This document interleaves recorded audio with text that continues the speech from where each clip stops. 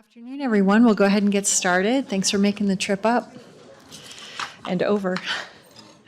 All right, this is the Justice Center expansion update, and it's June 26, 2023. The time is 2 p.m. I'm calling this meeting to order. In attendance are Commissioners Brooks, Matari, and Duncan. Are there any changes to the agenda? Okay, hearing none, we'll go ahead with item number 1, and this is 100% design development, updated estimate, cost of work with Boughton Construction. So, Craig? All right, thank you very much. My name is Craig Shelby. I'm with Boughton Construction, and just wanted to recap. So our last meeting in May, we talked that we were moving into the design development portion of both pre-construction and estimating, and some of the things that we talked that were going to happen in this period of the process. We're going to dive more into prefabrication of different components of the building. Talking about the Sally Port, adding that, incorporating it into the project, and analyzing that from a cost perspective. We discussed utilizing a 3-step process approach to the overall GMP.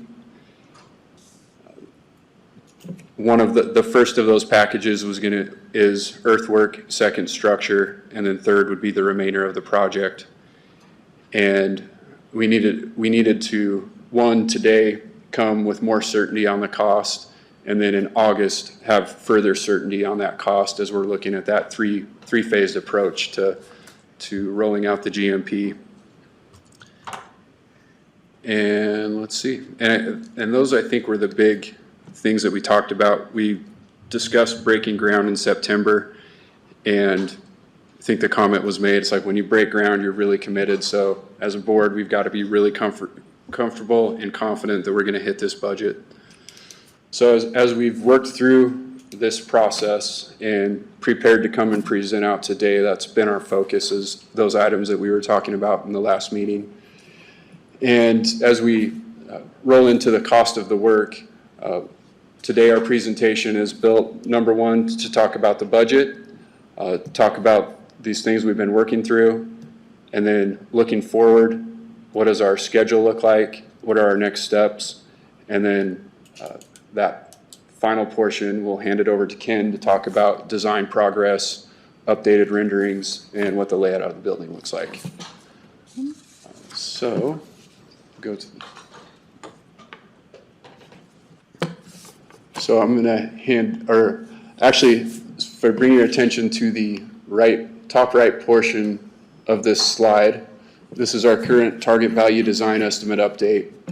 And we have it broken down into the different components, being the site work, structure, envelope, finishes, equipment and special construction, which is really the elevators and then the detention portions of the building, and mechanical and electrical, and then our allowances.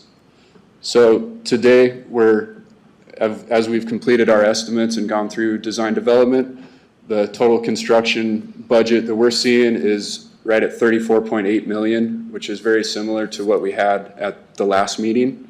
And we're also seeing some good opportunities to improve upon that.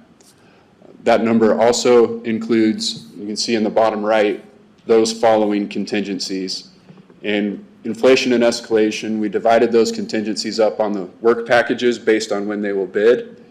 And then we've retained a 2.25% design and estimating contingency, which we feel is the correct amount given the phase in design we are and where we need to get to the completion of design. So Tyler's going to talk about some of the progress as well with that. All right, good afternoon. I'm Tyler Jones with Boughton, and I'm going to start touching on the upper left there, the system refinement, selections, and prefabrication.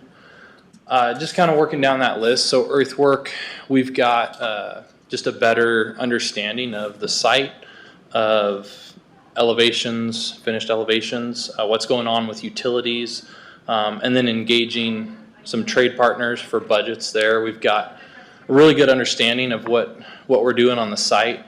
The foundation wall material, that's something that's under study right now to determine whether concrete or CMU block is going to be better based on construction costs and then also life cycle costs as well.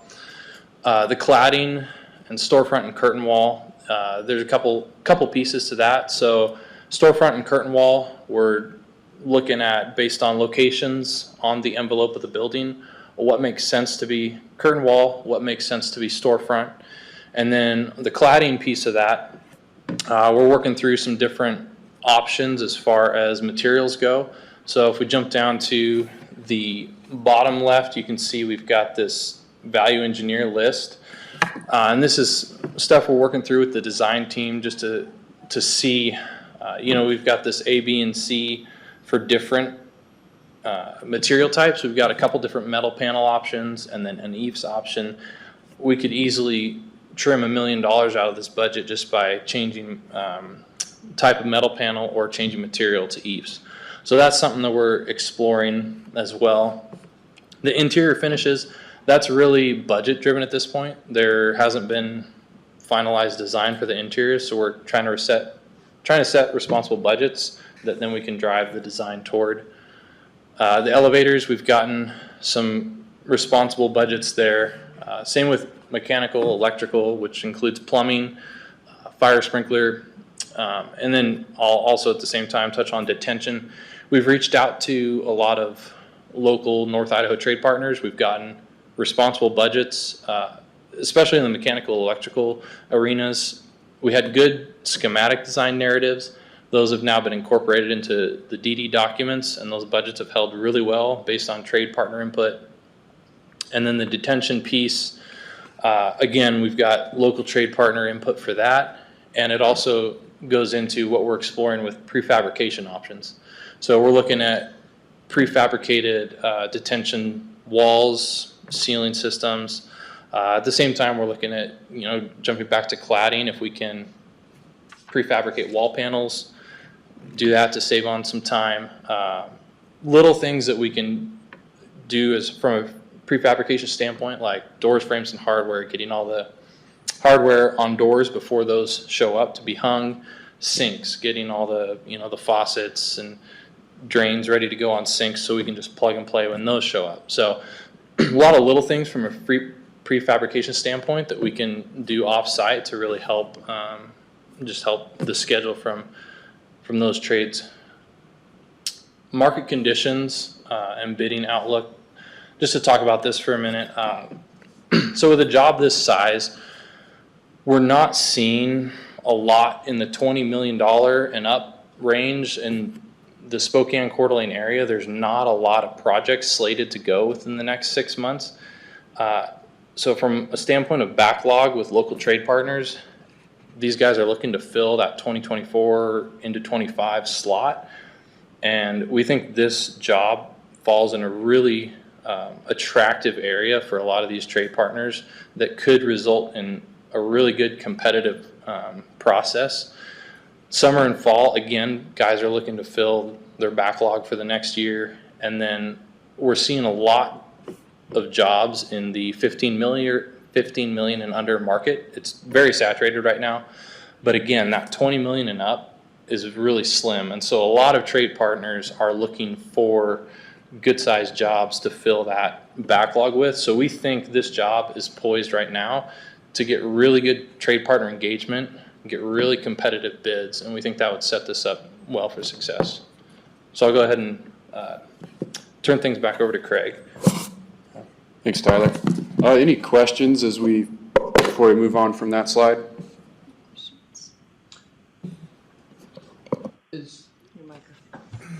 I have a question. The 34.8 million, is that take into account the value engineering items if everything works right, or is that not? It does not take that into account. So if we picked A, B, or C, that savings would be deducted off the 34.8. All right, thank you.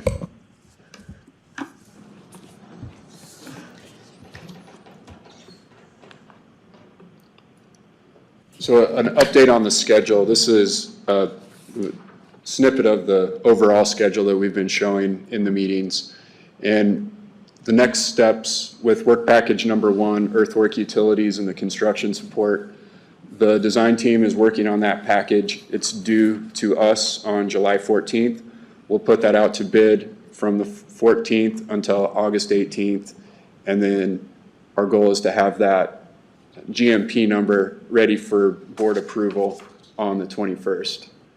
And all of that is to support groundbreaking on September 5th, which would then would roll us into earthwork construction in the fall, which is great, much better than middle of winter. Work package number 2, the design team will be working on that package until August 25th. We'd bid it in September and then be in construction in October with the footings, which should allow us to have most of the concrete done before the really, really cold weather typically sets in January. So trying to get ahead of that. And then that allows the design team to complete design on the work package number 3 into December. We'd bid that in December and then have everything released in January for construction.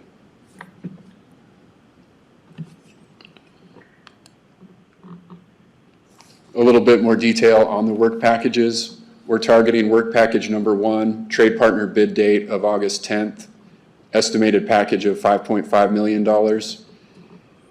Work package number 2, which is the structure, mechanical, electrical, and then as many of the exterior cladding envelope components that we can get. Bid that on September 19th. That estimated cost is $18.7 million. And then work package number 3 with the remaining of the finishes, target a bid date of December 21st with a cost of about $10.5 million.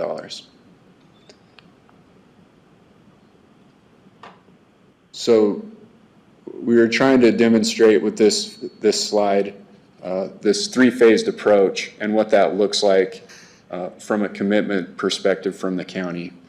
So work package number 1, the portion of the work that would be under contract is the $5.5 million with the $29.2 million as open budget yet to bid. And then after phase 2, $24.3 million would be under contract. And then after phase 3, you can see all of the amount would be under contract.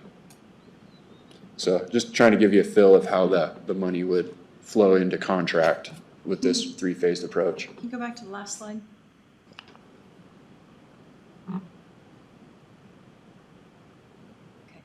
thank you.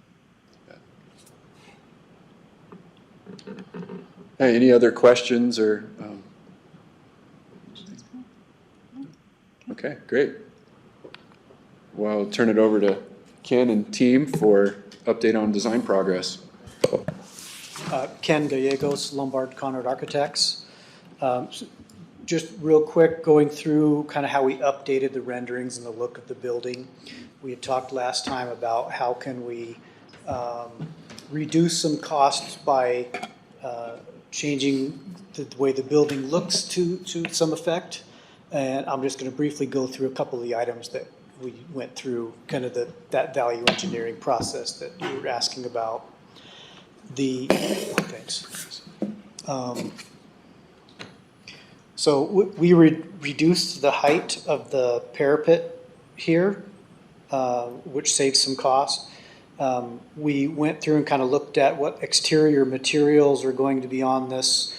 We came up with a couple different options for panels, and then working with Boughton Construction and their trade partners, identified a couple other materials and assemblies that got worked into some of those cost-saving measures that we haven't implemented yet, that were on some of their cost savings alternatives. We had implemented that large pull-through space in the sally port here on the first floor that was requested, pulling in on the south side, and then having a larger pull-through sally port. We had an elevator tower that was over here. We moved that inside to this corner, which saved on exterior, gross square foot of the building. So now that's kind of included on the interior square foot was already there. So the building got slightly smaller a little bit. just in this corner. Let's see, the height of this entry, we reduced that down a few feet, and also the overhang, how far that protruded out, we brought that back in, so it's not so much of a cantilever, but we still get the same effect on that nice grand entry. We're also currently working on this corner here with the curtain wall versus storefront. We've added some interior steel columns, which will help us utilize that more cost-effective storefront framing instead of curtain wall that goes all the way to the top. Let's see. The same kind of thing around the building here. We looked at this kind of entry concrete plaza. We had steps down on the other side. We didn't need to do that. We brought a stair out from the exit stair here to the patio in this area. I think one of the additional cost-cutting things is this little band here. We'll possibly eliminate that to save some further cost. It's just kind of a decorative thing. On the back side here, here's that Sally Port entry into the secure drop-off area on that lower level. This really becomes kind of the interior elevator, kind of waiting elevator vestibule kind of for staff.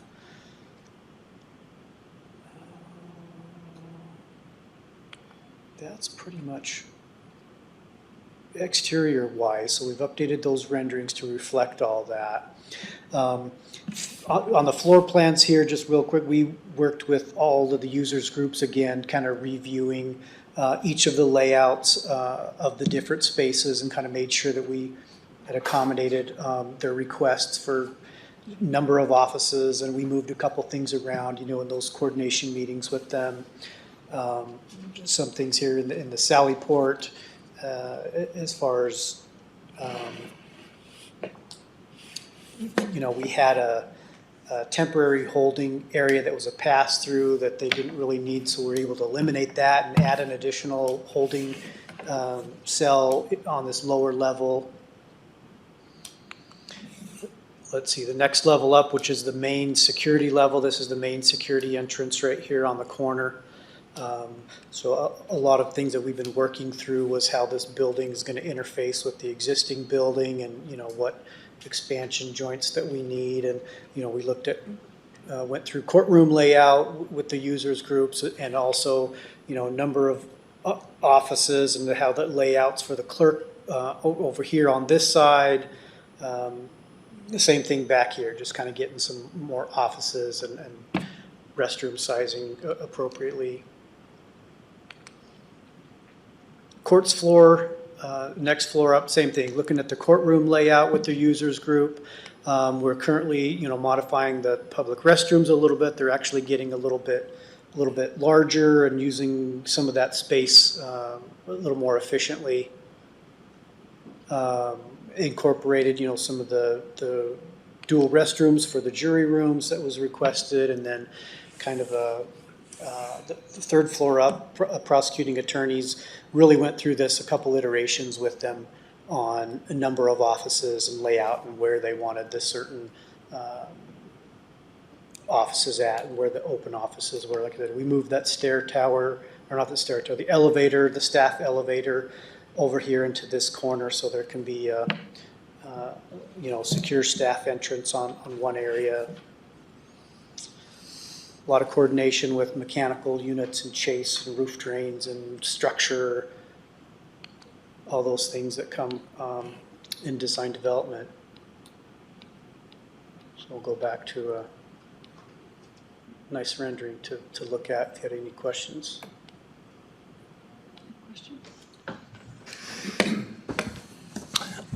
I'm sure you already know this, but we're looking at getting these new vans, which are much larger. So you have the dimensions; they'll fit inside the throughway with no problems, right?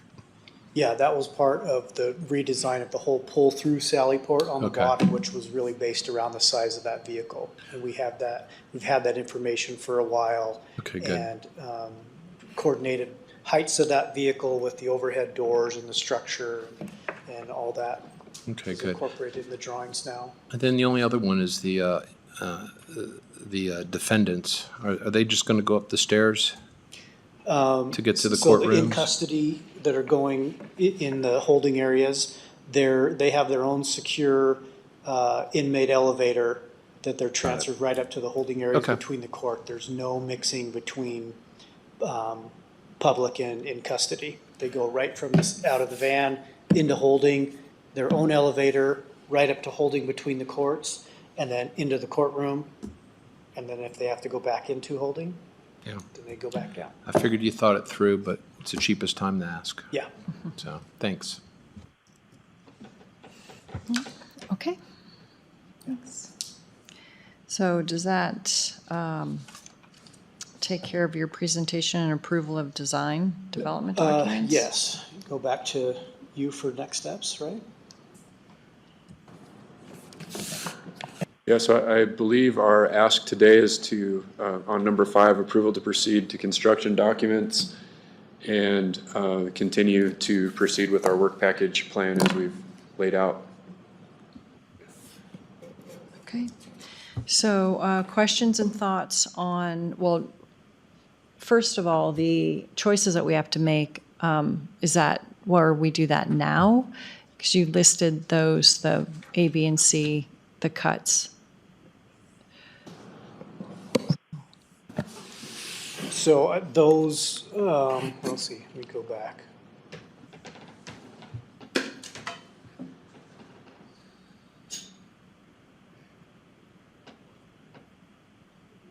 There. Those value engineering items, those are really for us at Boughton to kind of go through during this next phase of design. Okay, so it's not decisions we have to make today. No, Yeah, no, that was more just for information on what we're working on. yeah. Okay. We already know that we're doing that first one and the second one and One of the 3. and one of the ABC. Yeah. Probably B, yeah, well, actually A and B, because they're two different locations. Okay, great. All right, so we don't need to worry about that. So then bid packages. So that is the 3 separate, the earthwork, the structure, and then the remainder. So questions and thoughts about going ahead with the 3 separate packages? Well, now that we're getting closer to a number that I think we can start counting on a little bit, I would like to know how that fits into the bigger picture of our use of funds for not only this project, but the jail and even the move now. Because I believe that that's, there is other components to this. Yep. So, and I don't have our fund balance ahead of us right now, but it looks like about 11 million would come from other sources at this point. And that's without the discounts and the further cuts. So, let's see, I think that was based on a $38 million building. So since that's come down, we're not looking at $11 million right now. I can come back to the board with better numbers, but what I was given was 11 million that we would find other sources for. So there's the LACTF funds, there's district court funds, and then there's the fund balance. So there's enough that I'm comfortable that we can cover this project. With KCSO moves, that is one of my concerns, is now you're dipping into the jail pods. But right now, we've got 2.5 months in reserves. We could go down to 2 months reserves. And then that would free up a few, but that's not including the money that may be returned at the end of this fiscal year. And we'll know more about that in August. So that may be another 2 million returned.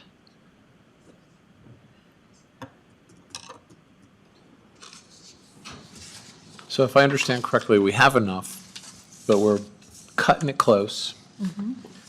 And that the opportunity exists where we actually should be fine, but we won't know until August. Well, September. We've got enough money. Yeah. We do. But I don't like to cut it. I don't want to cut it into our 2.5 months, and if we can help it. So, Okay. and once again, I think that's a pretty high estimate from, for the jail build out, and we'll know more when we Yeah. get into that project as Yeah. well. Okay. So, All right, well, as long as we can achieve these, I'm fine to proceed. I just don't want to go down to a zero fund balance. So that's my struggle, and that's where I'll be enlisting the help of the subject matter experts in the county to make sure we don't have to do that. Who are those people? Auditor's office and That's what I thought. RMO, and so, Okay. yep. Okay, any other thoughts? Are you comfortable going with the three-phased approach? Yes. Okay,